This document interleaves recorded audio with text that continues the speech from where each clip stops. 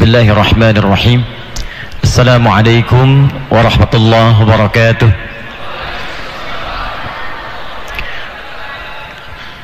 Alhamdulillahilladzi faddala al-ilma wat-tarbiyata fa anzala ula ayatin li Rasulillahi sallallahu alaihi wasallam biqaulihi iqra bismi rabbikal ladzi khalaq. ثم أكد ذلك بفهم كل قراءة بالتفقه في الدين فأنزل قوله تعالى وما كان المؤمنون لينفروا كافة فلولا نفر من كل فرقة منهم طائفة ليتفقهوا في الدين فصل وسلم وبارك على النبي الكريم الرسول الأمين سيدنا محمد القائل والمهتم بالشؤون التربوية فقال أدبني ربي فأحسن تأديبي. اللهم صل وسلم على هذا النبي الكريم رسول الله صلى الله عليه وسلم وعلى آله وصحبه وأمته إلى يوم الدين. أما بعد فيا عباد الله أوصي نفسي وإياكم بتقوى الله فقد فاز المتقون فلا تموتن إلا وأنتم مسلمون. Yang insyaallah senantiasa dimuliakan, dirahmati dan diberkahi oleh Allah Subhanahu wa taala. Hadirin sekalian, dalam Quran itu ada ajaran yang sifatnya universal, bisa dinikmati oleh orang Islam dan bisa diambil faedahnya, manfaatnya oleh bahkan non muslim. Karena itu Al-Quran membagi ke dalam dua bagian. Ada spesifik ditujukan untuk orang Islam dengan ketentuan-ketentuan ibadah, maka panggilannya kemudian dipanggil dengan kalimat iman. Ya ayyuhalladzina amanu, 68 kali disebutkan dalam Al-Quran. Hei orang-orang yang telah beriman kepada Allah Subhanahu wa ta'ala. Maka spesifik turunan dari iman itu menjadi amalan-amalan yang spesifik mengandung nilai ibadah, langsung hubungan dengan Allah Subhanahu wa ta'ala. Karena itu setiap ada kalimat iman maka akan disusul dengan nilai-nilai ibadah. Ada yang sifatnya ritual, ada yang sifatnya sosial. Kalimat iman pertama dalam Al-Quran surah kedua Al-Baqarah ayat 3. Alladzina yu'minuna bil ghaib wa yuqimunas shalah. Jadi salat dibuka dengan kalimat iman, dan orang yang salat mustahil diperintahkan salat kalau dia belum beriman. Karena itu salat berlaku bagi yang beriman saja. Infak berlaku bagi yang beriman saja. Interaksi dengan Al-Quran, baca Quran, menghafal Quran menjadi ibadah bagi yang beriman. Ada yang sifatnya sosial. Quran surah kelima misalnya Al-Maidah ayat yang pertama, ya ayyuhalladzina amanu aufu bil uqud. Hai orang-orang yang merasa beriman, tepati janji. Kalau sudah berjanji, tepati. Menepati janji bagi orang yang beriman bukan sekedar bagian dari aktivitas sosial yang harus dilakukan, tapi juga bagian dari komitmen kepada imannya. Ada lagi yang terkait dengan hubungan sosial, berinteraksi dengan baik, akhlak yang baik, kata-kata yang mulia. Quran surah ke-49 misal ayat 11 sampai dengan ayat ke-12. Ya ayyuhalladzina amanu la yaskhar qaumin qaum. Hai orang-orang yang merasa punya iman, maka imanmu akan mendorong lisanmu untuk berkata yang mulia. Katakan yang baik-baik, jangan saling mencela, jangan menghujat, jangan menghina. Jadi kalau ada orang merasa beriman, ada iman dalam jiwanya, dan lisannya masih berkata yang tidak baik, maka kata Allah ada sesuatu yang keliru dengan imannya. Jadi cukup dengan iman itu akan memberikan pancaran pada lisan kita untuk berkata yang baik-baik.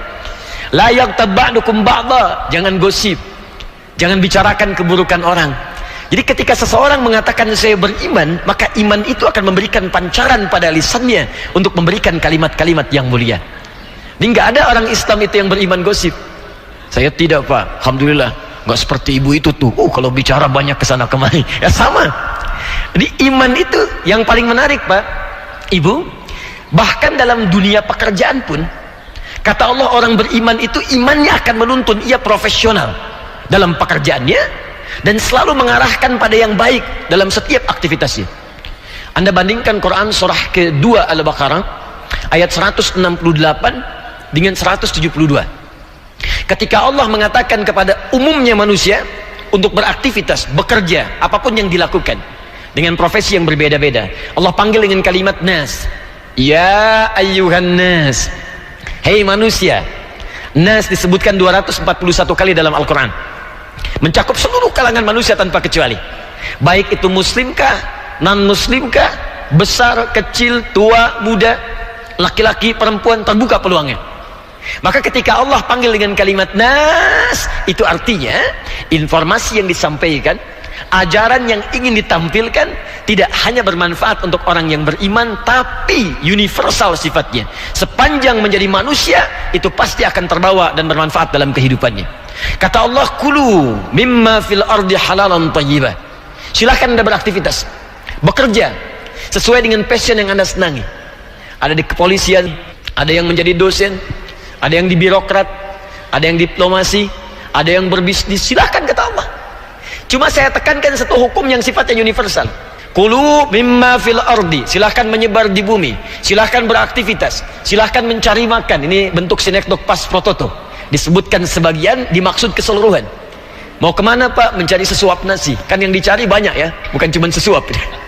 Lawannya sinekdok totem properti. Bapak Ibu lebih tahu dibandingkan dengan saya.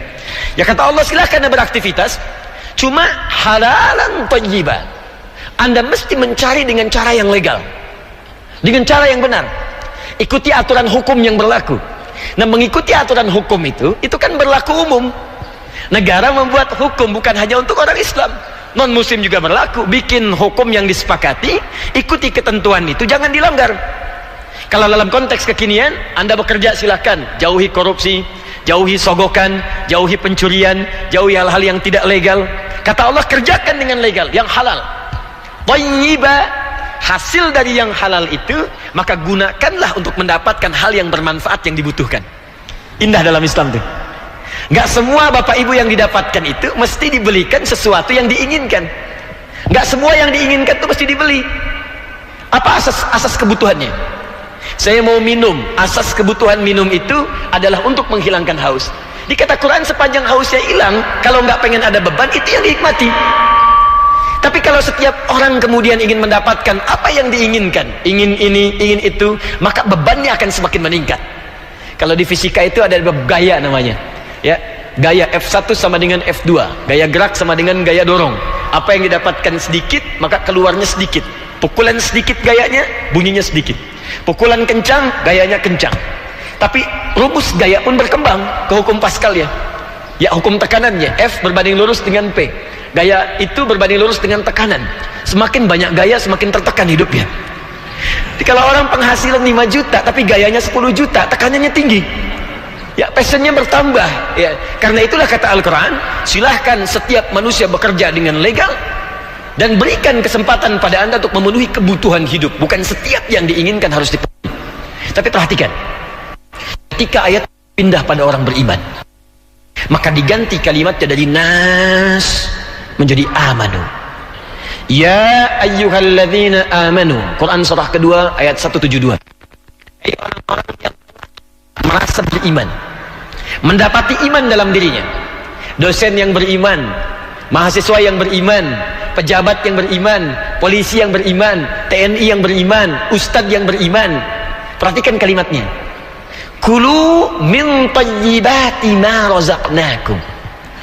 Kata Allah, silahkan Anda bekerja, beraktivitas, tapi yang paling menarik, kalimat halalnya kemudian dibuang. Halalnya dibuang.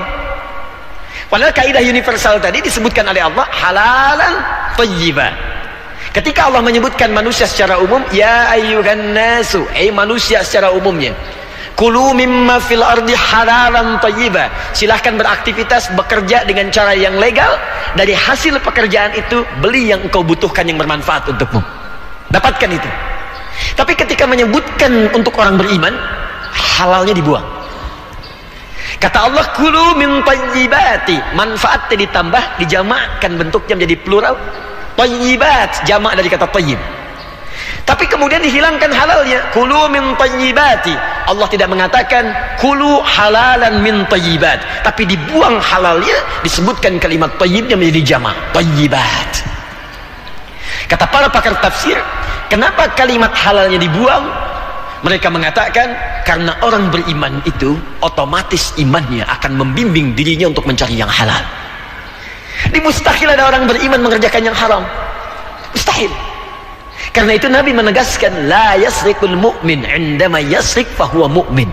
Mustahil orang beriman itu bisa mencuri. Mustahil orang beriman menipu. Mustahil orang beriman korupsi. Saat korupsi itu dia sedang ada iman dalam dirinya, mustahil. Karena imannya itu otomatis akan mencegah dia dari perbuatan yang dilarang. Nah, saya ingin katakan Bapak Ibu sekalian, bagaimana Allah menurunkan nilai-nilai kehidupan yang dalam nilai iman itu justru memberikan pancaran-pancaran kebaikan dalam kehidupan kita. Nah, adapun tadi yang ingin kita bahas adalah ternyata aspek pendidikan saking pentingnya dalam berkehidupan di muka bumi ini, saking pentingnya dalam menjaga stabilitas kehidupan di muka bumi ini, maka Allah jadikan sifatnya tidak hanya khusus bagi yang beriman saja, maka diberikan kaidahnya secara universal. Sehingga dengan universalitas ini, bukan hanya orang beriman akan menikmati kenikmatan hidup dari aspek pendidikan, dari effort yang dihasilkan dari hasil pendidikan, tapi semua yang bernama manusia akan merasakan kenikmatan dari hasil pendidikan itu. Maka Masya Allah, saya punya koleksi beberapa kitab-kitab yang juga disebut dengan kitab suci. Ada Al-Quran, ada beberapa yang lain. Saya coba lihat, saya pelajari. Saya senang belajar Pak, Bu. Dan tidak saya temukan uraian sedetil dalam Al-Quran yang memberikan perhatian sangat tinggi, luas dan dalam kepada aspek pendidikan. Hanya dalam Al-Quran. Di Al-Quran diberikan secara rinci bimbingan tentang pendidikan, bahkan sejak dalam proses kandungan. Misal, bagaimana cara mendidik anak sejak dalam kandungan, dari sejak doa yang disampaikan, dari mulai mengamati perkembangan janin berproses sampai masa kelahiran, sampai kemudian cara menghadapi kelahiran, sampai ia lahir, apa nutrisi yang pertama diberikan sampai usia 2 tahun, dari 2 tahun ke masa balignya apa yang harus diberikan, kemudian dari masa balignya apa yang akan terjadi, kemudian yang dari itu kemudian dianalisis jadi bekal pendidikan sampai ia kembali kepada Allah Subhanahu wa taala. Quran surah ke-7 ayat 189. Pendidikan pertama yang Allah tanamkan pada kedua orang tua saat anak sedang mulai dalam kandungan ibundanya. Kemudian perkembangannya disebutkan di Quran surah ke-22 ayat yang kelima.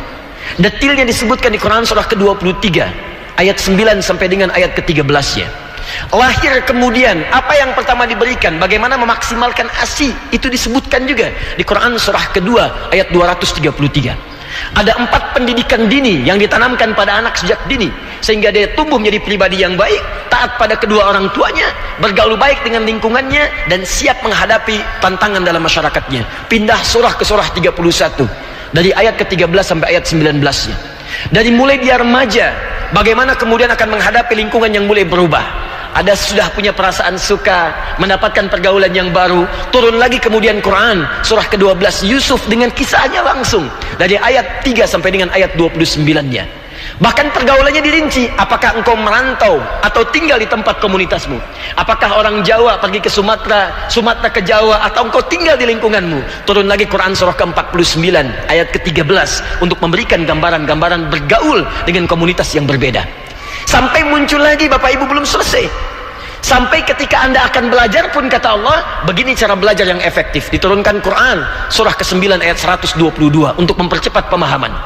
Sampai kemudian saat engkau paham pun, bagaimana cara mendekatkan diri dengan pemahaman itu kepada Allah dan bermanfaat untuk manusia. Turun lagi Quran surah ke-58 ayat yang ke-11-nya.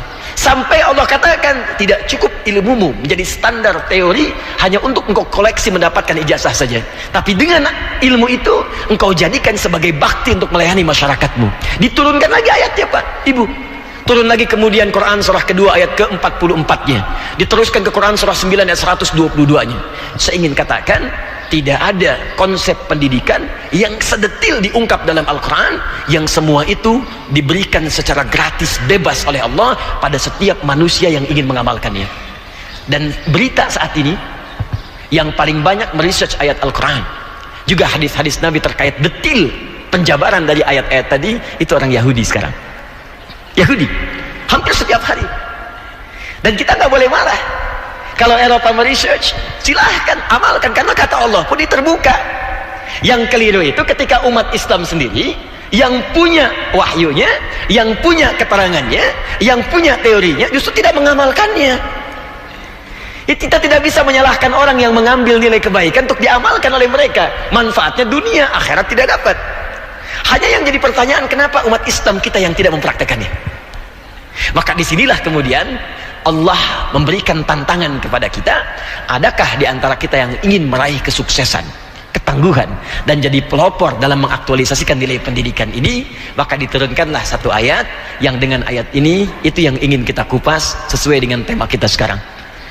Baik Bapak Ibu sekalian, bagaimana Allah yang menciptakan kita, yang maha tahu segalanya, memberikan jalan, memberikan dorongan, isyarat, bahkan petunjuk untuk meraih itu semua. Kita mulai dengan Al-Quran surah ketiga Ali Imran ayat 142, paling kiri sebelah atas di mushaf. Quran surah ketiga Ali Imran ayat 142. Di kaidah umum ya, saya pelan-pelan. Baik, mari kita mulai. Am hasibtum an tadkhulul jannata, apa Anda duga begitu mudah dapat meraih kesuksesan yang Anda harapkan, dapat meraih target yang telah Anda tetapkan? Oke, jannah itu tidak selalu dipahami dengan surga. Asal kata jannah itu asalnya satu keinginan, satu harapan tinggi, satu cita-cita yang ingin diraih tapi belum nampak di hadapan mata. Surga, kenapa surga disebut dengan jannah dalam bahasa Arab? Karena itu puncak keinginan tertinggi yang ingin kita raih, cuman belum kelihatan sekarang, belum nampak. Sehingga orang Arab kalau menggambarkan seorang yang sukses dan ingin meraih kesuksesan itu dan belum dia dapatkan, dia sebut dengan jannah. Di zaman orang Arab dulu itu kalau orang punya kebun anggur, ya, punya kebun-kebun yang indah, ada sungai-sungainya, mereka namakan dengan jannah. Kenapa? Karena kalau punya unta itu sudah biasa. Unta merah, unta yang hitam, unta yang paling hebat, itu belum disebut kaya, Pak, Bu. Orang yang sukses, yang kaya, yang sudah punya kebun. Karena mereka biasa dengan padang pasir, padangnya luas, pasirnya luas, yang kelihatan pasir aja. Kalau ngelihat unta sudah biasa, Pak. Yang nggak biasa itu ngelihat yang hijau-hijau. Makanya ketika ada yang punya yang hijau-hijau dengan buah yang sangat melimpah, itu mereka namakan jannah, satu puncak yang belum kelihatan saat ini. Jannah, jim, nun, ta. Oke. Dan menariknya dalam bahasa Arab, nanti ada seorang bernama Ibnu Jinni. Ibnu Jinni itu pakar bahasa linguistik, ya, Prof. Syihab insyaallah sudah tahu itu. Ya, punya kitab namanya Al-Khasais. Di Al-Khasais ini diantaranya dibahas asal mula akal kalimat setiap hurufnya bahkan. Ya, kata beliau diantara penjabarannya, setiap ada huruf jim dengan nun dalam setiap kata bahasa Arab itu pasti bermakna sesuatu yang tersembunyi, tidak nampak. Jim dengan nun, contoh, kalau kita keluarkan ini jannah diartikan surga, sukses, ada jim dengan nun, belum tampak di hadapan. Jin, kenapa disebut dengan jin? Ya, jin, ya ma'syaral jinni wal ins wa ma khalaqtul jinna wal ins. Kenapa jin disebut dengan jin? Karena memang fitrah jin itu ketika diciptakan gak nampak dalam pandangan, tersembunyi. Lawannya disebut dengan ins. Ins 18 kali disebutkan dalam Al-Quran. Jadi kalau jin tersembunyi, ins itu nampak.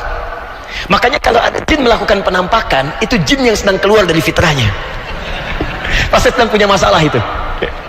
Apalagi manusia yang cari-cari penampakan jin, itu sedang error pasti itu. Pasti itu. Karena fitrah jin itu nggak nampak. Manusia fitrahnya tampak, karena itu disebut ins, sesuatu yang tampak. Jadi kalau ada dosen misalnya suka sembunyi-sembunyi, masuk kantor sembunyi-sembunyi, mahasiswa masuk kelas sembunyi-sembunyi, ya, itu sama dengan bukan saya yang bilang, wakil rektor yang bilang. Itu sama dengan dia sedang punya masalah dalam hidupnya, sedang punya masalah, sedang ada yang salah, ada yang keluar dari fitrahnya.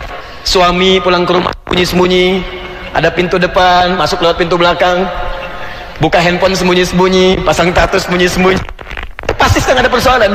Jin. Ibu dalam rahim ada janin, jim, nun. Kenapa janin disebut dengan janin? Karena sosok yang ada dalam rahim itu tidak nampak ke permukaan, masih tersembunyi. Baru setelah kemudian dilahirkan baru kelihatan. Jadi setiap ada kata jim, nun, itu pasti sesuatu yang diharapkan atau yang menjadi objek belum tampak ke permukaan. Termasuk kesuksesan pun, kebahagiaan pun, harapan-harapan yang ingin diraih, itu dalam Al-Quran sering diungkapkan dengan kalimat jim, nun, kemudian ditutup dengan sifat di akhirnya dengan ta, jannah. Sehingga jannah dalam Al-Quran tidak selalu diartikan dengan surga dalam konteks akhirat, tapi juga bisa berarti kesuksesan dalam kehidupan dunia. Kalau dalam konteks pendidikan yang ingin kita raih, kemudian kita detilkan pemahamannya. Ini mohon maaf saya masuk dengan skala ilmiah karena kita berada di lingkungan kampus. Am hasibtum an tadkhulul jannata. Apa Anda mudah? Apa begitu gampang ingin mewujudkan kesuksesan yang telah tadi ingin kita capai? Ingin jadi pelopor, ingin menjadi yang paling unggul, ingin menjadi yang paling bisa diteladani dalam aspek pendidikan misalnya. Apa mudah kemudian mewujudkan itu semua? Kata Allah, tidak semudah membalikan telapak tangan, tapi saya akan berikan jalannya. Bagaimana bisa mewujudkan apa yang kalian telah harapkan itu? Maka apa jalannya ya Allah? Teruskan ayatnya. Walamma ya'lamillahu alladhina jahadu minkum. Satu. Jika Anda ingin bisa mewujudkan nilai-nilai kesuksesan dalam setiap bidang yang telah Anda kerjakan itu, yang sedang Anda siapkan itu, maka syarat yang pertama kata Allah, ya'lamillahu alladhina jahadu minkum. Syarat pertama, tidak akan pernah terwujud apa yang dicita-citakan itu kecuali yang pertama, Anda memiliki syarat kesungguhan dalam mewujudkannya. Serius, sungguh-sungguh. Jadi kalau memang ingin sukses harus serius. Ingin mendapatkan apa yang diinginkan masih serius. Ingin pintar, serius. Ingin kaya, serius. Ingin punya kedudukan, serius. Sungguh-sungguh. Tapi yang paling menarik, belum selesai kalimat ini. Dalam bahasa Arab, kata jahadu, kalau kita telusuri lagi akar katanya, ini keindahan bahasa Al-Quran, itu bersumber dari kata al-juhdu yang punya 3 turunan kata lagi. Di sini kemudian keseriusan itu diturunkan. Jadi kata ini asalnya berasal dari kata al-juhdu yang punya 3 turunan kata lagi, punya 3 turunan makna. Satu, disebut dengan ijtihad namanya. Ijtihad, kesungguhan merencanakan, membuat konsep, rencana, mapping, peta. Rencananya mana? Jangka panjangnya, jangka menengahnya, jangka pendeknya. Apa visi yang sedang Anda siapkan untuk mewujudkan itu? Mau pelopor di bidang apa pendidikannya? Apakah pendidikannya di eksaknya, di sosialnya? Apakah pendidikannya masalah budayanya? Kata Allah, turunkan konsepnya, perjelas kemudian keadaannya. Karena itulah khusus bagi umat Islam, itu Allah berikan jalan untuk memperjelas rencana-rencana hidup, bahkan dari ibadah yang dikerjakan. Ini mohon maaf Bapak Ibu sekalian, saya ambil contoh satu saja yang sering kita kerjakan setiap hari. Sholat misalnya. Banyak orang Islam sekarang ketika menunaikan ibadah, ini ada sindiran halus tapi tajam dalam Al-Quran. Banyak yang ibadah kata Allah, tapi tidak memahami apa yang dia kerjakan dalam ibadahnya. Saya ingin tanya sebentar, jawab saja masing-masing dalam hati ya. Dari sekian ribu kita sholat sampai dengan sekarang, ruku dan sujud sekian ribu yang kita kerjakan, berapa persen bacaan sholat yang kita pahami? Jangan-jangan ruku tidak mengerti yang kita lakukan, sujud tidak paham yang kita ungkapkan. Bagaimana kita bisa khusyuk dalam menunaikan sholat kalau tidak mengerti yang dilakukan? Nah, yang paling dahsyat, nama-nama waktu sholat saja itu ada maknanya Pak Bu. Itu diajarkan oleh Nabi dan dipraktekkan oleh sahabat. Dan ketika dipraktekkan itu, Allahu Akbar, tidak pernah ada aktivitas apapun, pekerjaan apapun yang dikerjakan oleh para sahabat kecuali sukses di bidangnya masing-masing. Subuh saya berikan contoh. Kenapa disebut dengan subuh? Bersumber dari kata asbah, sesuatu yang sudah siap dengan rencana. Subuh, asbah. Jadi ketika Anda dipanggil lewat salat subuh itu, Allahu Akbar, Allahu Akbar, memancar dari hati kita, respon untuk merespon suara azan, siap-siap kita sholat. Pancaran yang baik dari sumber jiwa kita disebut fajar namanya. Maka sholatnya disebut dengan sholat fajar. Ya, tadi dibacakan oleh qari kita Quran surah ke-17 Al-Isra ayat ke-78, paling kiri sebelah atas di mushaf. Aqimis salata liduluki syamsi ila ghasaqil laili wa qur'anal fajri inna qur'anal fajri kana mashhuda. Kenapa salat pertama disebut dengan fajar? Fajar itu asalnya pancaran kebaikan yang bersumber dalam jiwa. Karena saat kita sedang tertidur, azan berkumandang, Allahu Akbar, Allahu Akbar, tiba-tiba memancar dalam hati kita, memberikan pengingat kepada diri kita, cepat sudah azan, bangun. Pancaran itu yang positif disebut dengan fajar. Lawannya disebut dengan fujur namanya. Fujur. Jadi kalau fujur itu pancaran yang negatif. Misal, dari nafsu memancar kepada jiwa kita, mengatakan kepada mata, mata, marah, melotot. Begitu dibisikkan oleh nafsu kita, itu pancarannya disebut fujur namanya. Mengalir ke mata, jadi melotot. Mengalir ke tangan, ingin memukul. Pancaran keburukan yang datang lewat nafsu disebut fujur. Diterangkan di Quran surah 91 ayat 7-8. Wa nafsi wa ma sawwaha fa alhamaha fujuraha wa taqwaha. Pancaran keburukan disebut dengan fujur, pancaran kebaikan disebut dengan fajar. Tapi waktunya disebut dengan subuh. Asbah. Yang siap dengan rencana. Diseakan-akan Allah mengatakan begini, "Hei, orang-orang yang sudah beriman, datang ke sini. Apa yang sudah kamu siapkan untuk kau kerjakan di hari ini? Jam 7 Anda ada di mana? Jam 8 apa yang Anda lakukan? Jam 9 apa yang Anda kerjakan? Sore nanti mau mengerjakan apa? Siapkan rencanamu, datang kepadaku, mohon kepadaku untuk dimudahkan semua rencana itu." Makanya dibuka dengan sholat supaya kita meminta kepada Allah, mudahkanlah ya Allah semua urusan kami di hari ini. Itu konsepnya. Berapa banyak umat Islam yang datang sholat subuh tapi hanya sekedar mengerjakan ibadah formalitas saja. Sholat jamaah pulang, sholat salam pulang. Berapa rencana yang akan dieksekusi di hari itu? Silahkan cek. Apalagi kalau levelnya ingin kita naikkan dalam bentuk institusi. UPI punya ingin capaian berapa tahun ke depan, 2 tahunkah, 3 tahunkah, 4 tahunkah? Allah balik tanya, rencananya apa? Visinya apa? Turunannya apa? Nah, setelah semuanya siap, maka muncul yang kedua, komitmen untuk mewujudkan rencana itu melalui turunan-turunan aksinya. Maka disebut dengan jihad namanya. Yang pertama ijtihad, yang kedua jihad. Perjuangan fisik, actionnya, aksinya, eksekusi dari konsep yang telah disiapkan. Jangan sampai kata Allah, Anda pandai membuat konsep, hanya jadi konseptor saja. Saya mau rencana malam ini tahajud. Oke, jam berapa kata Allah? Jam 3. Bagaimana mewujudkan eksekusi itu? Baik, saya pasang alarm. Supaya bisa bangun jam 3, alarm jadi jam 2:04. 3 kali, jam 2:30, jam 2:45. Alarm pertama untuk mematikan alarm kedua. Alarm kedua mematikan alarm ketiga. Alarm ketiga siap-siap. Tapi nggak apa-apa, ketika rencana dibuat, eksekusi itu, bangun. Jadi begitu alarmnya bunyi, Anda bangun. Siapkan. Jadi jangan sampai konsepnya ada, tapi tidak ada kemampuan mengeksekusi itu. Perjuangan fisik untuk mewujudkan sesuatu disebut dengan jihad. Karena itu jihad babnya luas, Pak, Bu. Awas hati-hati nih, saya ingatkan nih. Ada sekarang ajakan-ajakan jihad, tapi ditempatkan pada tempat yang tidak benar. Jangan diikuti. Awas hati-hati. Jihad tidak selalu identik dengan bom, senjata. Jihad itu bukan menyerang orang. Jihad bukan melukai orang. Bahkan dalam konteks peperangan pun bukan memerangi orang, tapi membela ketika diserang. Masa diam saja? Negara diserang, kita bela, niatkan karena Allah, itu jihad.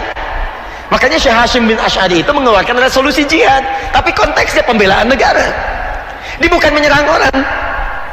Saya pernah ditanya itu waktu kejadian bom Tamrin, Pak.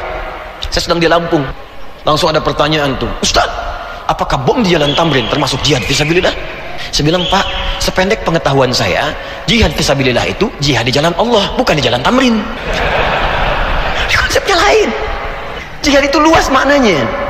Seorang ibu yang tengah mengandung, kemudian dia merawat kandungan dengan baik sampai dia melahirkan, itu jihad. Seorang ayah yang tengah mencari nafkah, apapun profesinya, sepanjang diniatkan untuk ibadah, itu jihadnya.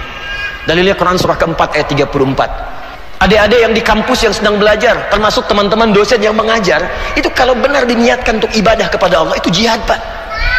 Bahkan Allah turunkan ayat khusus, Quran surah ke-9 ayat 122. Kata Allah, hei, jangan semua orang beriman berjuang ke medan perang semua. Wa ma kana lil mu'minuna liyanfiru kaffah falaula nafara min kulli firqatin minhum ta'ifah liyatafaqahu fid din. Mesti ada sebagian dari Anda yang meluangkan waktunya khusus di bidang pendidikan untuk belajar dan mengajar. Supaya apa? Waliyunziru qaumahum idza raja'u ilaihim la'allahum yahdharun. Supaya masyarakat itu pintar, kata Allah.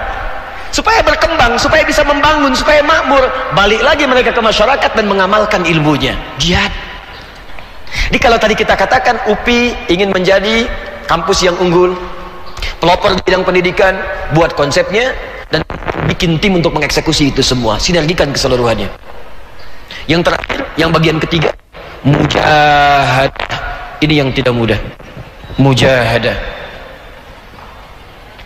perjuangan melawan gejolak emosional, psikis. Kadang-kadang turun naik, tiba-tiba muncul semangat yang kurang, tiba-tiba pesimis. Ini nggak mungkin nih, nggak mungkin, mustahil nih. Kalau sudah kita rencanakan, siap dieksekusi, maka kata Allah, perangi segala perasaan yang negatif dalam diri kita supaya apa yang telah kita konsep maksimal kita lalui. Ya, Ibu kenal Siti Hajar, Bu? Ah, bagus. Kenal di mana, Ibu? Baik, tapi agak lumayan lah ya. Di sini agak kenal Sayyidah Hajar. Saya pernah ke Sukabumi, itu ada yang kenal Fir'aun. Kenal Fir'aun? Kenal Ustaz, katanya. Luar biasa saya bilang. Bu, Pak, Sayyidah Hajar itu kan ibundanya Nabi Ismail ya, alaihissalam. Itu kakek Nabi yang ke-29, Nabi Ismail. Jadi kalau kita urutkan, nyampe ke Nabi Ismail. Muhammad SAW bin Abdullah, bin Abdul Muttalib, bin Hashim, bin Abdul Manaf, bin Qusay, bin Murrah, bin Kilab, bin Ka'ab, bin Ghalib, bin Fihir, bin Malik, bin Nadar, bin Kinana, bin Khuzaimah, bin Mudrikah, bin Ilyas, bin Nizar, bin Mudar, bin Ma'ad, bin Adnan, bin Addi, bin Adri, bin Muqawam, bin Nahur, bin Tarikh, bin Ya'rub, bin Yasub, bin Nabit, bin Ismail alaihissalam. Coba ulangi. Oke. Ismail. Baik. Ini kan kisahnya populer sekali. Populer sekali. Quran surah ke-14 ayat 7. Kata Nabi Ibrahim, saya tinggalkan istri dan anak saya ini biwadin ghairi dhi zar'in 'inda baitikal muharram. Saya tinggalkan, ya Allah, istri dan anakku ini masih merah bayinya di satu tempat di lembah yang tanaman pun tandus, air nggak ada. Nggak ada air. Tapi perhatikan bagaimana keyakinan beliau kepada Allah. Ketika ditinggalkan, istrinya bertanya, "Ahadza min amrillah?" Apakah ini perintah Allah? Kata Nabi Ibrahim, iya. Apa jawab istrinya? Sepanjang ini perintah Allah, mustahil Allah menyia-nyiakan saya. Konsepnya sudah jelas. Tinggal di sini, berjuang hadapi situasi, nanti Allah akan turunkan pertolongan. Mulai eksekusi. Ahadza min amrillah, ini perintah Allah? Ya. Sepanjang perintah Allah, sepanjang ini baik, pasti ada jalan mewujudkannya. Maka beliau membuang semua pikiran-pikiran negatif dalam benaknya.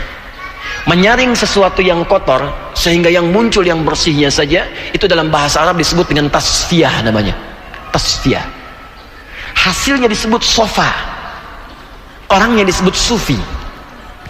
Karena itu sufi itu ya sebetulnya bukan orang yang pergi ke gunung 40 hari nggak pulang-pulang gitu.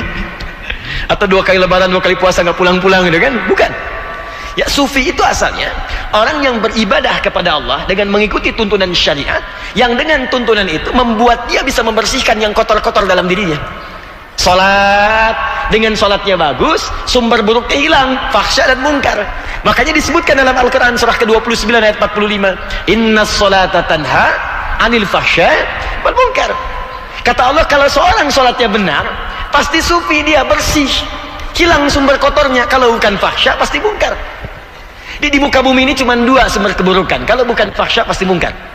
Fahsya, keburukan yang bersumber dari syahwat.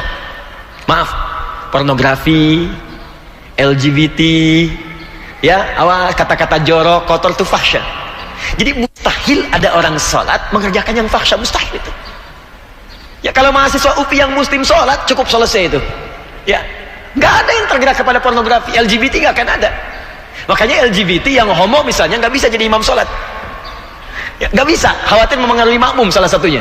Jadi begitu takbir Allah, makmum bubar, proteksi hilang.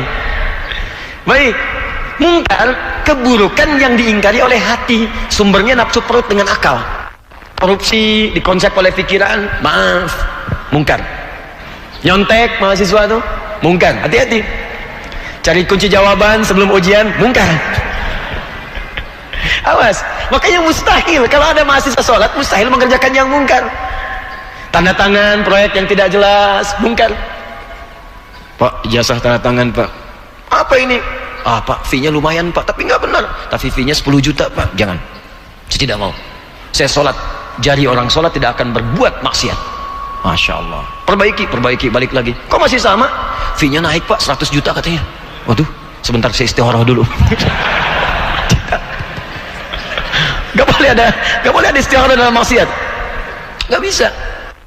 Makanya saya yakin nih, kalau orang Islam tuh sholatnya benar aja, wah polisi tenang banget deh pokoknya. Tinggal minum teh, kopi, di jalan gak ada yang melanggar lalu lintas. Ini kadang-kadang ke pengajian aja bermasalah, jalan lampu merah dilewatin. Ya polisi tuh naikkan tugas, berhenti. SIM ada pak. STNK ada pak. Mau kemana? Pengajian. Kamu tahu ada lampu merah? Tahu pak. Kenapa dilewat? Saya tidak tahu, ada bapak. Ini sufi. Saya kembalikan ke sini. Di Sayyidah Hajar itu, begitu beliau kemudian menghilangkan segala pikiran-pikiran negatifnya, jauhkan. Yang pesimis, jauhkan. Hambatan dipahami sebagai tantangan. Kalau hambatan terhambat, kalau tantangan kita hadapi. Maka beliau kemudian naik ke atas bukit dengan pikiran itu. Maka bukitnya sampai sekarang disebut dengan Bukit Sofa. Berharap mendapatkan apa yang tadi seperti kita inginkan, menjadi pelopor, unggul. Beliau harapannya sederhana, saya punya keinginan yang ingin diraih, marwah, sesuatu yang mengangkat kita mendapatkan apa yang kita harapkan, marwah. Maka dikejar, turun dari bukit, jalan di tengah-tengah melihat seperti ada harapan, dikejar, dipercepat jalannya sampai dekat-dekat agak ragu, tapi diyakinkan lagi, lihat dulu barangkali benar, naik lagi ke atas, sampai di atas ternyata cuma oase, wah tidak ada. Balik lagi, naik lagi, turun lagi, naik lagi, sampai 7 kali pak. Barangkali memang harus seperti itu kadang perjuangannya. Konsepnya sudah ada, perjuangan siap dilakukan. Kadang-kadang kita ada di atas, tapi kadang-kadang turun. Kadang-kadang mesti dikejar peluangnya, sampai di sana ternyata nggak jadi. Gak apa-apa, kejar. Mungkin tidak dari jalan yang ini, dari jalan yang lain Allah akan berikan kemudian apa yang kita harapkan sepanjang usaha kita maksimal dikerjakan. Maka apa yang terjadi ketika sampai di Marwah yang ke-7 kali? Malaikat kemudian turun, malaikat Jibril. Allahu Akbar. Memberikan gerakan kepada kakinya Ismail. Anak kalau kehausan, itu otomatis tangan kaki pasti bergerak, minta minum. Ismail disimpan di tanah, ibunya mencari air, kaki bergerak, nggak keluar pak airnya. Tapi ketika berusaha maksimal sampai 7 kali itu, naik, sampai kemudian di atasnya, tiba-tiba turunlah ridha Allah. Malaikat turun, menggerakkan kemudian dengan sayapnya, dihantamkan kepada tanah itu, boom, keluarlah air. Ibunya mendengar teriakan berbeda dengan sebelumnya, suara terdengar lain. Maka dikejar kepada anaknya, ketemulah air. Kata ibunya, zam, zam, zam, zam. Berhenti, kumpul, jangan pernah berhenti. Kumpul, jangan pernah berhenti. Kumpul, jangan pernah berhenti. Perhatikan kalimatnya, indah sekali. Beliau tidak mengatakan ijma, ijma, ijma, datang, datang, kumpul, kumpul. Karena ijma itu bisa berarti datang dan selesai. Datang selesai. Tapi zam, zam, zam, zam. Zam itu artinya kumpul, jangan berhenti. Kumpul, jangan berhenti. Sampai sekarang air itu disebut dengan zam-zam yang terkumpul dan tak pernah berhenti. Boleh jadi apa yang kita kerjakan sekarang Pak, Ibu, mungkin kita dapat bagian dari pondasinya, tapi hasilnya akan selalu berlanjut tanpa pernah berhenti bagi generasi yang akan datang. 7 kali itu bukan harus diartikan 7 Pak. Ustadz saya udah usaha 7 kali kirim proposal nggak dapat, bukan. 7 itu kalau di Arab angka 7, angka 40, angka 20 itu gambaran banyak sampai terwujud apa yang diharapkan itu. Gini, pusing 7 keliling. Apakah harus keliling 7 kali komplek UPI sampai pusing? Tidak ya. Nah, itu gambarannya. Maka kembalikan kepada yang tadi, ketika kemudian kita sudah punya konsep untuk mewujudkan itu, eksekusi dengan kekuatan maksimal yang kita miliki, maka pasti di tengah-tengah itu akan ada diskusi-diskusi, ada tantangan-tantangan yang boleh jadi dengan itu akan menurunkan semangat kita untuk mewujudkan apa yang telah kita siapkan. Maka hadapi semua itu. Yang terakhir kata Allah, wa ya'lamas sabirin, sabar dalam menjalaninya. Sabar itu kalimat yang mudah diucapkan Pak, tapi sulit kemudian untuk dieksekusi.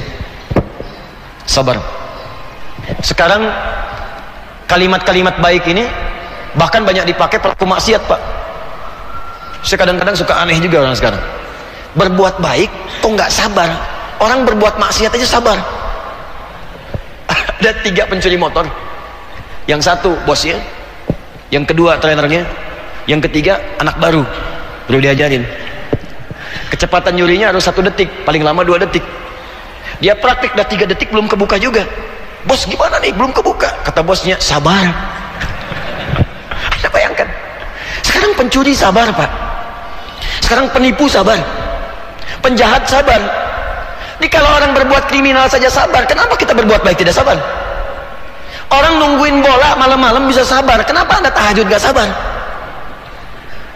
Orang mengonsep yang buruk sabar, kenapa kita mengonsep yang baik gak sabar?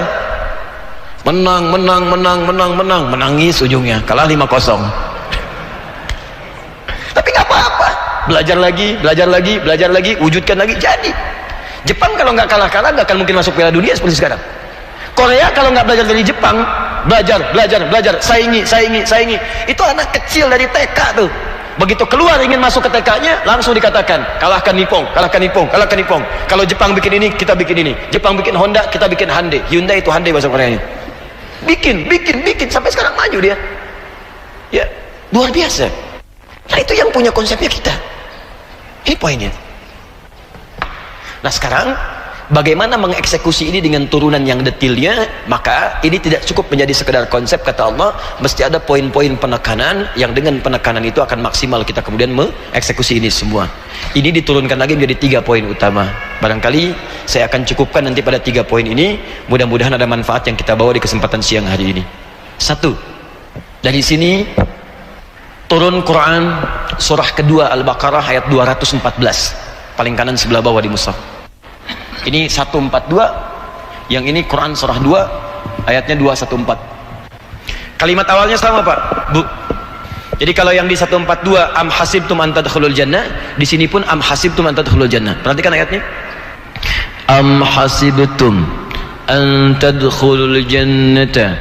Apakah Anda duga Anda bisa begitu mudah mendapatkan kesuksesan yang ingin diraih? Menjadi pelopor, kampus yang unggul. Apakah mudah diwujudkan itu?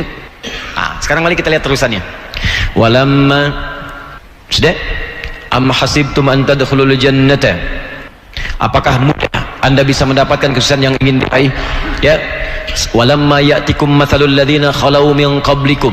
Sementara Anda belum belajar dari orang-orang sukses yang pernah meraih itu sebelum Anda. Allah minta kita studi banding. Belajar dari orang-orang dulu. Yuk lihat yang lain, siapa yang sudah lebih dulu maju? Dalam negeri kah? Di luar negeri kah? Kirim utusan misalnya kemana? Yang maju sekarang. Amerika ada yang maju pergi ke Amerika. Eropa ada yang maju pergi ke Eropa. Bukankah Nabi dalam situasi perang Badar itu, di antara tawanannya diminta oleh Nabi untuk mengajarkan masyarakat Muslim? Bukankah mereka ada yang Yahudi? Bukankah ada yang Nasrani? Bukankah ada yang Yunani kemudian diambil ilmunya? Boleh terbuka, ilmu itu boleh terbuka, silahkan. Dari manapun bisa kita ambil. Makanya kata Allah, kalau Anda ingin sukses, apalagi ingin mendapatkan surga, ya belajar dari orang-orang dulu. Ahli surga dulu tuh berjuangnya luar biasa. Bilal bagaimana perjuangannya? Amr bin Yasir bagaimana perjuangannya? Hudzaifah al-Yamani bagaimana perjuangannya? Mereka berjuang dengan sangat maksimal. Ada yang dengan hartanya. Nabi katakan, kita akan berjuang, siapa yang mau nyumbang? Utsman mengatakan, ya Rasulullah ini saya nyumbang. Umar berkata, ya Rasulullah berapa butuhnya? Kata Nabi sekian. Kata Umar, ini setengah harta saya. Dikira paling hebat, ternyata datang Abu Bakar. Kata Abu Bakar, ya Rasulullah berapa butuhnya? Sekian. Ini semua harta saya. Kata Nabi, apa yang kau tinggalkan untuk keluargamu? Kata Abu Bakar, Allah wa Rasulahu. Saya tinggalkan Allah dan Rasulnya, total. Anda berharap surga. Orang-orang dulu berjuang dengan maksimal, sementara Anda berharap mendapatkannya tanpa perjuangan, mustahil. Kata Allah, keluarkan. Karena itu Imam Al-Bukhari itu membuat kitab sahihnya itu tidak banyak orang tahu. Itu bukan bacaan biasa Pak, tapi menurunkan miniat kehidupan di masa Nabi untuk kita ikuti dari sekarang. Dan nilainya terbuka. Makanya judul kitabnya, apa judul kitab Sahih Al-Bukhari? Imam Al-Bukhari? Bukan Sahih Al-Bukhari. Judul kitabnya Al-Jami' As-Sahih Al-Musnad Al-Mukhtasar min umuri Rasulillah sallallahu alaihi wasallam wa sunanihi wa ayyamihi. Itu judul kitab. Ulangi. Disingkat Sahih Al-Bukhari. Kalau ada ulama menulis kitab, itu pasti ada makna di balik judul kitab itu. Pelajari dulu. Kenapa Bulughul Maram disebut Bulughul Maram? Ya, kenapa kemudian ada kitab Bidayatul Mujtahid? Al-Jami' As-Sahih, kata beliau, kitab ini berisi kumpulan panduan-panduan hidup yang umum sifatnya. Jami dalam ilmu hadis. Kalau khusus untuk ibadah disebut sunan namanya. Sunan At-Tirmidzi, Sunan Abu Daud. Kalau khusus untuk mendapatkan referensi hadis siapa yang meriwayatkan, musnad namanya. Ya, Aisyah radhiyallahu taala anha berapa hadisnya? Ibnu Abbas berapa hadisnya? Musnad namanya. Kalau anda ingin mencari hadis susah nyarinya di mana, keluarkan satu hurufnya, lacak di satu kitab, Mu'jam namanya. Jami', kitab yang mencakup tuntunan kehidupan yang umum sifatnya. Sahih, semuanya saya validasi dengan benar, kata Al-Bukhari. Dari mana kitab ini bersumber? Langsung dari tuntunan kehidupan Rasulullah SAW saat membimbing para sahabatnya. Bu, Pak, sahabat Nabi itu ada 12.000 jumlahnya. Dari 12.000 itu ada yang jadi panglima. Dan itu 38 panglima di masa Nabi. Kekuatan satu panglimanya bisa menaklukkan Persia dan Romawi. Anda bayangkan. Bagaimana bisa mendapatkan kualitas seperti itu? Maka ada nanti kitabnya diurutkan. Imam Al-Bukhari membuat 97 bab. Ada babul kitabul imarah, bab tentang pemerintahan. Bagaimana menata dengan baik, bagaimana membebaskan kemiskinan, mengentaskan kemiskinan. Saya sedang diskusi dengan beberapa kepala daerah untuk menurunkan konsep ini. Dengan menggunakan konsep ini 3 tahun selesai kemiskinan. Dan dibuktikan di beberapa tempat. Itu di copy paste di beberapa negara di Eropa. Ada kitab lagi, kitabul ilmi, kitab pengetahuan, Pak. Turunan hadisnya ada. Bagaimana menjadikan orang cepat paham, bagaimana mengatasi persoalan-persoalan di dunia pendidikan, ada di situ semua. Meningkatkan kecerdasan. Sekarang yang research itu di luar, Pak. Yang meresearch Al-Baqarah ayat 31 University of California.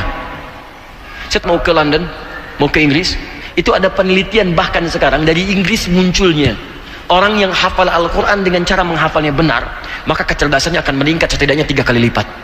Karena dia sudah menghafalkan 52.000 kosakata dengan benar, maka akan terbuka kemudahan untuk menghafal kosakata yang lainnya. Yang riset di luar. Ada tentang kedokteran, ada bab bisnis. Kita keluarkan itu semua, turunkan.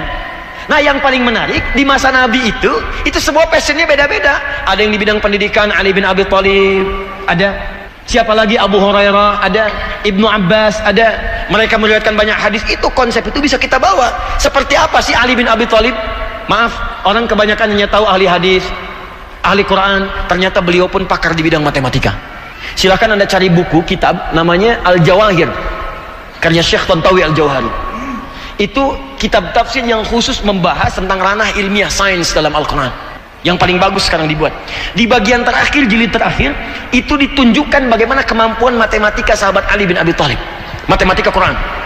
Ada sahabat bertanya, "Ya Amirul Mukminin, wahai sahabat Ali bin Abi Thalib, Amirul Mukminin, ya, ini istri saya selingkuh," katanya. Ada pengaduan. Istrinya mengatakan, "Saya tidak selingkuh. Ini buktinya kamu baru 6 bulan sudah melahirkan. Normalnya kan bukan 6 bulan, 9 bulan," katanya.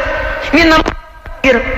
Kata Ali, "Bersumpahlah dengan nama Allah," kepada istrinya, "apakah benar kau selingkuh?" Kata istri, "Wallahi ma zanaitu, saya tidak berzina, saya nggak selingkuh."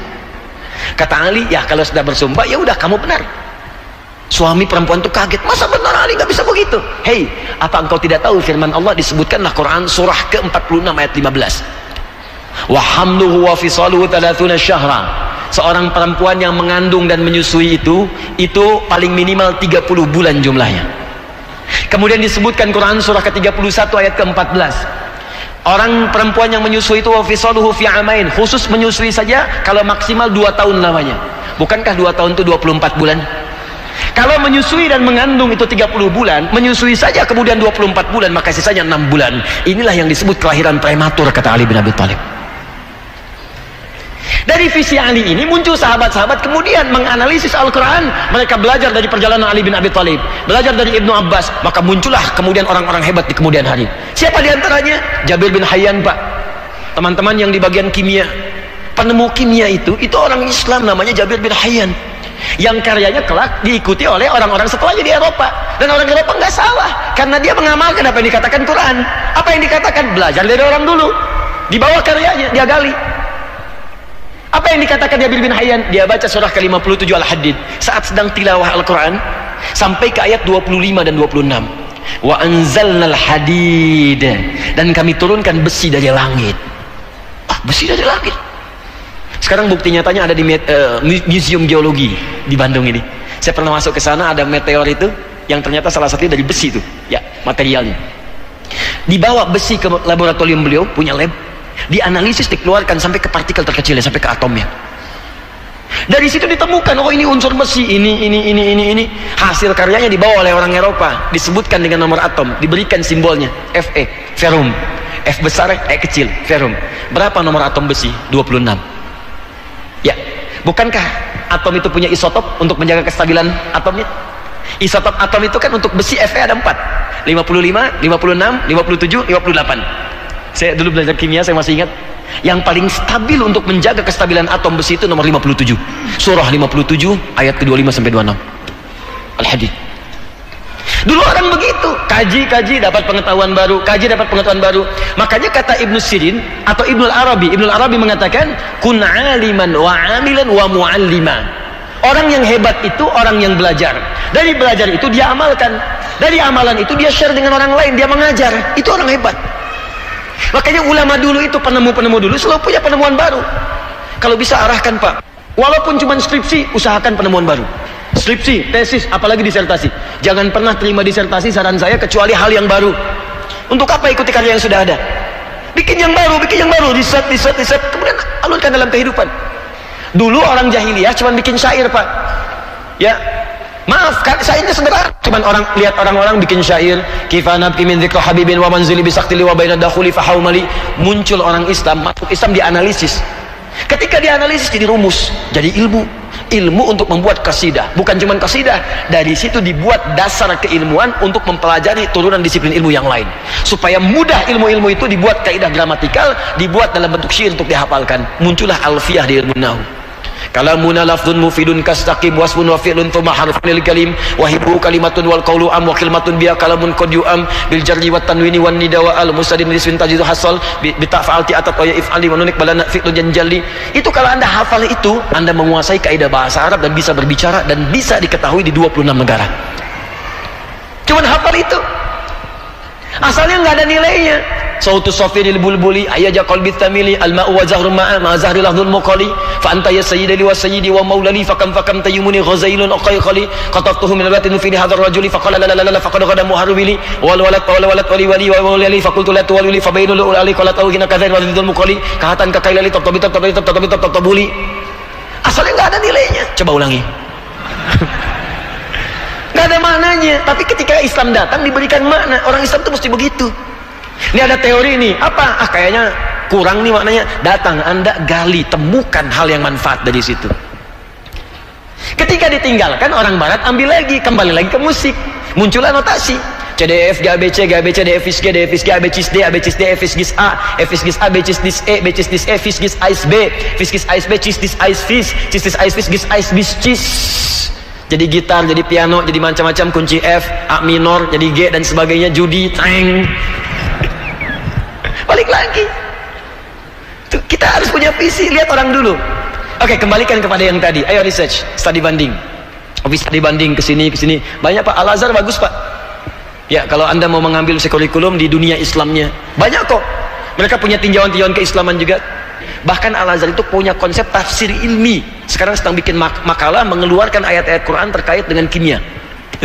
Ada nilainya. Misal untuk yang muslim, yang lainnya lagi, buka lagi, silakan ke Harvard, ke Oxford, kemana, ke Sorbonne dan sebagainya. Dapatkan informasinya, gali, terapkan. Am hasibtum an tadkhulul jannata walamma ya'tikum mathalul ladzina khalau min qablikum. Tapi itu enggak mudah. Masathumul ba'sa. Tapi kalau Anda ingin eksekusi itu, pasti Anda akan berhadapan dengan tantangan. Petakan dulu tantangannya. Oh, ke Amerika, tantangan pertama tiket. Biaya research. Klasik gitu di Indonesia. Research butuh biaya. Ya, bahan, kajian, pakar dan sebagainya. Siapin, enggak apa-apa. Yang paling dahsyat kata Al-Qur'an, itu nanti selesaikan. Sekarang petakan dulu. 1, kata Allah ba'sa, tantangan yang ringan. Dibagi 3 oleh Quran. Oke, lihat sini. 1 ada ba'sa. Dari kata ba'sun. Oke. Kedua dharra. Dari kata dhurrun. Yang ketiga zilzal, wa zulzilu. Ini sudah 1 kata. Ini Pak, menarik sekali konsepnya. Kata Allah, ketika Anda akan memulai mengeksekusi sesuatu, Anda pasti akan menghadapi tantangan. Tantangan itu petakan pada 3 bagian. Ada 3 hal. Pertama, ba'sa. Asalnya dari kata ba'sun, sesuatu yang ringan, yang gak banyak berdampak. Tuh, kalau bahasa singkat begini, kalau saya contohkan sederhananya. Ini saya mau ke masjid nih, ya, begitu mau berangkat dikasih hujan rintik-rintik kecil, shower, hujan turun. Baik, ini kan baru tantangan kecil. Anda berangkat pun nggak berpengaruh. Maka orang Arab itu mengatakan, kalau nggak banyak pengaruhnya, orang Arab akan mengatakan la ba'sa. Ini biasa kecil ini, la ba'sa. la ba'sa, biasa. Orang Indonesia nggak usah panjang-panjang, lewat labas, la ba'sa, lewat. Ini biasa. Anda mau kerja pertama kali pasti ada tantangan. Kapolsek mulai tugas pasti ada tantangan di depan. Dosen mulai bertugas ada tantangan, nggak apa-apa. Kalau yang ringan-ringan yang nggak usah kita pikirkan, jangan banyak dipikirin. Kadang-kadang hujan belum turun udah bikin status. Bandung panas, oi. Emang kenapa? Gak akan merubah situasi. Macet, macet aja bikin status. Macet ya baca. Macet belajar, macet dengerin Quran, selesai. Ini macet aja bikin status. Dosen itu tidak seperti yang aku kira. Datang konsultasi belajar, selesai. Udah, ini banyak orang sekarang berdoa aja di Facebook, coba. Berdoa di Facebook. Kalau setuju, aminkan ya. Ini tantangan ringan kita petakan. Ya, jadi kalau Anda pada yang ringan aja belum bisa mengatasi, maka bagaimana mencapai cita-cita yang besar? Orang besar itu tantangannya besar, orang kecil itu kecil. Jadi kalau Anda pengen besar, tantangan kecil nggak terlewati, Anda sebetulnya masih kecil. Hujan rintik-rintik, shower masih kecil aja. Mau ke masjid masih pikir-pikir. Papa kenapa nggak ke masjid? Hujan mah, kan cuman kecil ada payung, takut riak. Takut riak. Oke, petakan. Terjadi perdebatan, ini nggak mungkin Pak, itu kan belum terjadi, jangan dibilang nggak mungkin dulu, itu kecil, langkat dulu. Selanjutnya ini turun, ini sudah gangguan fisik Pak, fisik, hujannya mulai besar, deras, kena ke fisik, mulai basah dan sebagainya. Pertengahan di jalan ternyata kelihatan tantangan tidak mudah, kadang-kadang kelihatan berhasil atau enggak nih, kan? Tengah-tengah mulai ada pekerjaan fisik mulai meluas, harus bolak-balik siang malam, sampai kadang-kadang begadang, sampai ke mau tahajud juga masih ada pekerjaan, itu biasa, nggak apa-apa. Orang dulu juga begitu. Nabi aja yang sudah jamin surga, itu tahajudnya sampai bengkak kakinya. Ternyata dicek rakaatnya itu di Al-Bukhari nomor hadis 2008 sampai 2010 paling kanan sebelah bawah di kitab dari Sayyidah Aisyah, itu ternyata rakaat pertamanya aja sudah 5 juz 4 halaman. Pernah 3 orang sahabat pengen ikutan, datang ke Sayyidah Aisyah. Mereka bertanya bagaimana sholat malamnya Nabi. Kata Sayyidah Aisyah, la tas'alu an husnihinna wa tulihinna. Jangan ditanya panjang dan bagusnya. Bagus, panjang. Penasaran. Hudzaifah, Abdullah bin Mas'ud, ya satu lagi ada Ubay bin Ka'ab. Di belakang Nabi sholat. Benar, bagus, enak sholat. Kata mereka nggak ada sholat paling enak kecuali di belakang Nabi. Di kalau berhenti di ayat doa, berdoa, nikmat sholatnya. Cuman nggak kerasa, ternyata dikira selesai Al-Baqarah ruku, itu nyambung Ali Imran. Ali Imran ruku, nyambung An-Nisa. Begitu selesai An-Nisa 176 ayat 5 juz 4 halaman baru ruku. Besoknya nggak pada ikutan lagi Pak. Nabi itu. Jadi berjuang itu biasa, capek itu biasa. Ada saatnya kita menikmati dan memanen apa yang telah kita tenun itu. Biasa. Nabi ahli surga, sholat sampai kaki bengkak. Anda pengen ke surga, malam bangun mata bengkak, sholat aja belum. Darul. Terakhir zilzal. Zilzal itu asalnya gempa Pak, bahasa tekstualnya. Idza zulzilatil ardu zilzalaha, gempa. Ya, kalau dalam konteks ujian, artinya ujian yang kadang menggoyahkan hati kita. Ini benar atau tidak ya? Kadang-kadang ada tekanan. Ya, kenapa harus saya? Kadang ada orang yang berkata, kata Allah, hatta yaqula rasul walladzina amanu ma'hu mata nasrullah. Sampai ada orang yang berkata, ya Allah, kapan ini selesai? Itu fitrah biasa. Ya Allah, kenapa mesti saya? Ya Allah, why me? Kata Allah, why not? Kenapa tidak? Anda yang ingin. It's honor for you. Ini kehormatan untukmu. La yukallifullahu nafsan illa. Mustahil Allah menguji seseorang di luar batas kemampuannya. Artinya kalau memiliki tantangan itu memang cuma sanggup, yang lain tidak. Sama juga dengan yang lain. Kalau yang lain punya ujian, artinya Anda yang mampu, yang lain tidak. Sama dengan hadirin sekarang, kalau Anda sedang punya masalah seberat apapun, artinya cuman Anda yang sanggup, yang lain nggak sanggup. Makanya adi hidayah tidak diberikan beban itu, Anda yang diberikan karena Anda yang sanggup. Mustahil Allah menguji kalau Anda nggak mampu. La yukallifullahu nafsan illa. Dan tidak harus bikin status, memang cuman saya yang sanggup. Oke. Baik, ini gambarannya. Kemudian yang terakhir, kalau kita masih juga capek berjuang dan belum tampak hasilnya, kata Allah, yakinkan pada dirimu, ala inna nasrallahi qarib. Satu saat tidak akan pernah ada usaha yang sia-sia. Pasti akan ada sesuatu yang kita dapatkan dari situ. Walaupun mungkin hasilnya bisa jadi penemuan yang baru yang tidak terkait erat dengan apa yang telah kita konsep itu. Selalu begitu. Tiba-tiba pengen cari sepatu bagus, belok sini ketemunya di Cibaduyut. Niat beli sepatu ketemunya tas. Ternyata tas ini kita butuhkan kemudian. Itu biasa. Itu biasa dalam kehidupan. Baik, yang terakhir sebagai penutup, tidak akan pernah tereksekusi dengan baik kecuali ada satu pertolongan yang sifatnya mutlak, tak punya hambatan, yaitu Allah Subhanahu wa ta'ala. Kalau kita bergantung kepada makhluk, bergantung pada manusia, biasanya banyak kecewanya. Maka sejak wahyu pertama diturunkan, Allah memberikan kaidah kepada Rasulullah SAW untuk membawa misi paling berat dalam kehidupan. Misi Nabi itu paling besar. Jadi ini pelajaran buat kita, kalau ada beban paling besar, paling berat yang kita pegang, maka kaidah pertamanya, lakukan seperti apa yang Allah perintahkan kepada Nabi. Ketika Anda eksekusi itu, maka selebihnya Allah yang akan selesaikan semuanya. Apa kalimatnya?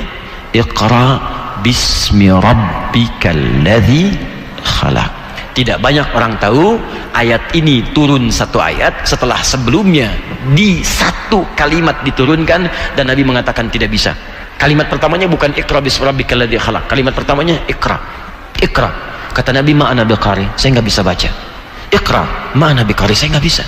Di ilmu nahwu itu ada ma qara'tu, ada ma ana biqari.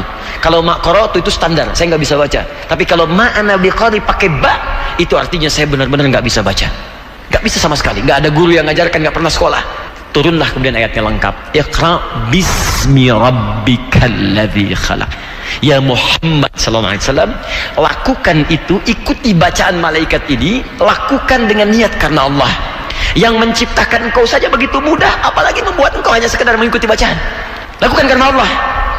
Kalau sudah melakukan karena Allah, maka pamrih-pamrih yang lain akan hilang dan Allah lah yang akan mengentaskan keseluruhannya. Maaf, itu yang disebut dengan ikhlas. Mari kita ikhlas, Pak. Istilah di negara kita mengabdi. Ya, dosen, guru mengabdi. Ya, aparat mengabdi, prajurit mengabdi. Kami juga, para ulama, para ustadz mengabdi. Mengabdi. Tapi kaidah paling dasarnya ikhlas.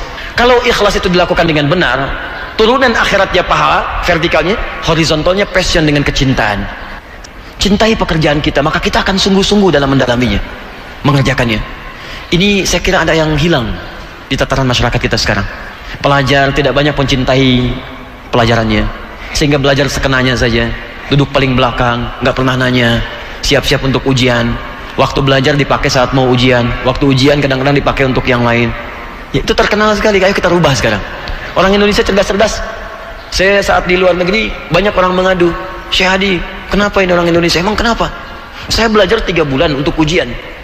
Malam mau ujian, dia itu orang Indonesia pinjam catatan saya. Nilainya dia 8, saya 7,5.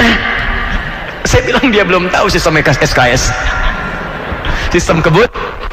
Kadang-kadang 1 jam, Pak. Sistem kebut sejam. Ya mau sejam pinjam fotokopian dan sebagainya. Kita sebenarnya cerdas, cuman sayangnya effort itu bahkan ilmunya berhenti saat ujian. Begitu selesai nggak kepake. Itu yang menjadikan banyak sekarang orang-orang pintar banyak dihukum karena ilmunya nggak dipakai. Sayang belajar tinggi-tinggi hanya untuk berakhir kemudian di jeruji besi. Untuk apa?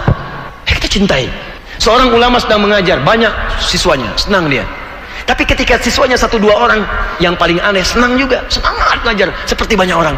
Tiba-tiba satu orang datang, ini kisah nyata. Satu orang datang bertanya, Syekh, kenapa anda begitu semangat? Kan muridnya cuma 2. Kata Syekh ini, hei, bukankah saya diperintahkan mengajar hanya untuk Allah? Ketika saya ajarkan hanya untuk Allah, Allah sudah memberikan apa yang dijanjikan. Saya nggak peduli mau banyak mau sedikit, karena yang saya inginkan cinta Allah kepada saya, bukan banyak sedikitnya.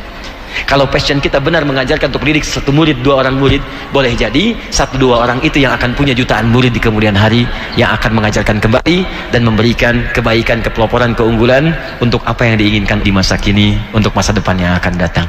Saya kira itu yang bisa saya sampaikan. Mohon izin, saya tidak bermaksud untuk mengajari. Saya yakin Bapak Ibu yang ada di sini lebih paham dari apa yang telah saya sampaikan. Tapi barangkali saya ingin share saja. Ternyata Al-Quran banyak memuat konsep-konsep indah yang bisa kita terapkan dalam kehidupan. Semoga insya Allah bermanfaat.